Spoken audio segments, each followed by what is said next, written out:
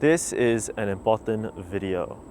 If there was any video of mine that I would want you guys to watch through, this is it. How do you combat famine? I would like to clarify that most of this is equated to another creator. I appreciate his work and content and was moved on a video of his to do my own research and make this video. I will link him and the video in the description. I highly recommend you to watch this video made on this topic. I am simply summarizing. Children that have been starving for a long period of time need complex and prolonged medical treatment to be better. And even so, they may still have mental and physical defects even after the treatment. This is one of the reasons trained medical personnel tend to give signs and warnings early. The earlier, the better. If there is a chance of famine and saving people is of the best interest, you have to ring the bell early, before it becomes disastrous, before it's too late. If not, it will be much harder to deal with. Many will have been lost. It will be too late for many people, especially children. Some immediate effects include a loss of appetite, even if they're starving. Ulcers on their skin due to swelling. They get dehydrated easier because they do not have the electrolytes to retain the water that they drink. Famine survivors are cited with a higher chance of having dementia when older, diabetes, which could link to a permanent lack of muscle. They have a higher chance of being depressed, having a lack of impulse control. Skip a meal or two. Realize how moody you can get, how irrational some of your decisions may seem, especially in retrospect. Starving people feel like that all the time. So, how skinny do children have to be in order to be diagnosed with severe malnutrition? The World Health Organization, WHO, defines severe acute malnutrition, SAM, in children as a weight for height or weight for length below -3 standard deviations from the median. The presence of bilateral pitting oedema of the feet or an mid-upper arm circumference of less than 115 millimeters. How skinny is that? I have a younger niece. She's about 6 years old, and she's the most adorable thing on the planet. I looked her up on the ratio. She would have to lose about 40% of her body mass. The idea haunts me. Children may not look skinny when they're starved. It is possible to die of starvation prior to your body using up all of your calories. This is why another diagnosis of severe acute malnutrition is bilateral pitting oedema in the feet. This is typically seen as a swelling of the area, and where pressured, a pit is left. For example, if I were to press on my shin or my foot, a pit shaped as my finger may remain. This is due to a lack of protein. The protein in your blood, especially albumin, you know it from egg whites, are responsible for keeping fluids in your blood vessels where they belong. When you don't consume enough protein, fluid leaks into your legs, your arms, and eventually your belly.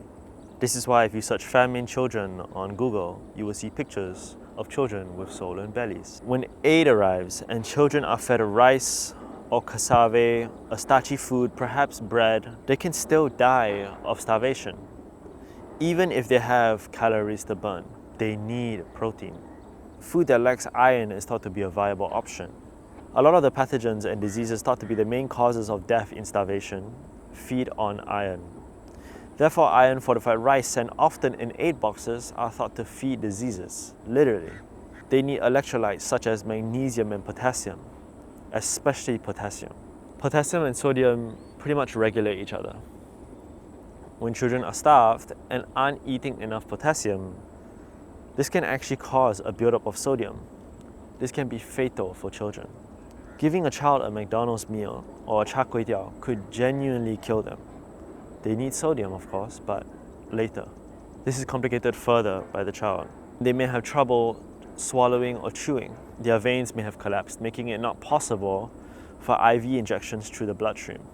There is a procedure called nasal feeding, where a tube is placed through the nose directly to the stomach. This needs facilities. This needs medical personnel. This is particularly rare in war zones or amidst places of famine. There are therapeutic milks, which are designed to help starving children. there is a food called 𝗵𝗶𝗶𝗃. It comes from a French company and is filled with oils, sugars, vitamins and minerals. And this is just the start for a child's therapy. They then have to undergo catch-up feeding over a long period of time. This is a complicated issue, and I have not gone in any way out of the surface level of this problem. However, for this reason and more, this is why you attack famines early. If you've waited too long and people are starving to death, you may fly a plane in with food, even if it's the right food. They may not be able to eat it, let alone digest the food properly. Recovery is done in hospitals, a drastic difference from war zones and flooded or drought-prone areas. And even if you do have a hospital, most kids will never grow up normal. This is why you never intervene, you always prevent. You always ring the bell early, even if you're unsure on all the details like how widespread or the perpetrators. In the early stages of famine, you can even truck in regular food. When the famine is as obvious as the sky being blue, when streets are covered in blood-stained rubble, when funerals aren't seen as rare events but to be expected, when families are fighting over food, when houses and tents are filled with children who have arms akin to sticks and extended bellies, when there is no quiet night, when the whole world says the same thing, you do something. A dead child doesn't care who to blame. What can we do? You can donate to reputable organizations. I have 2 screenshots on the screen right now of people who have personally contacted me asking for help. Please follow them and click on their link. Give to NGOs that provide food, medical aid, shelter, and emergency relief. I will link a bunch and show a bunch on the screen. You may go to my link tree as well. A lot of them will be there. Advocate for change in policies. Don't let mistakes like these repeat. Hold your leaders and governmental systems accountable, especially if your country has explicit fault in the famines. Learn about the famines. Research and conduct studies on them. The effects, the motives, the results. Inform others who haven't. Repost content. Share and copy links. Leave comments. Raise awareness. Stop being silent.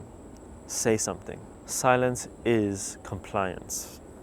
I know I said I hate these videos purely of how horrible I feel for those who need help, but I find it to be necessary. I know I have a platform, even if it's small. We all have a voice. Anything truly helps.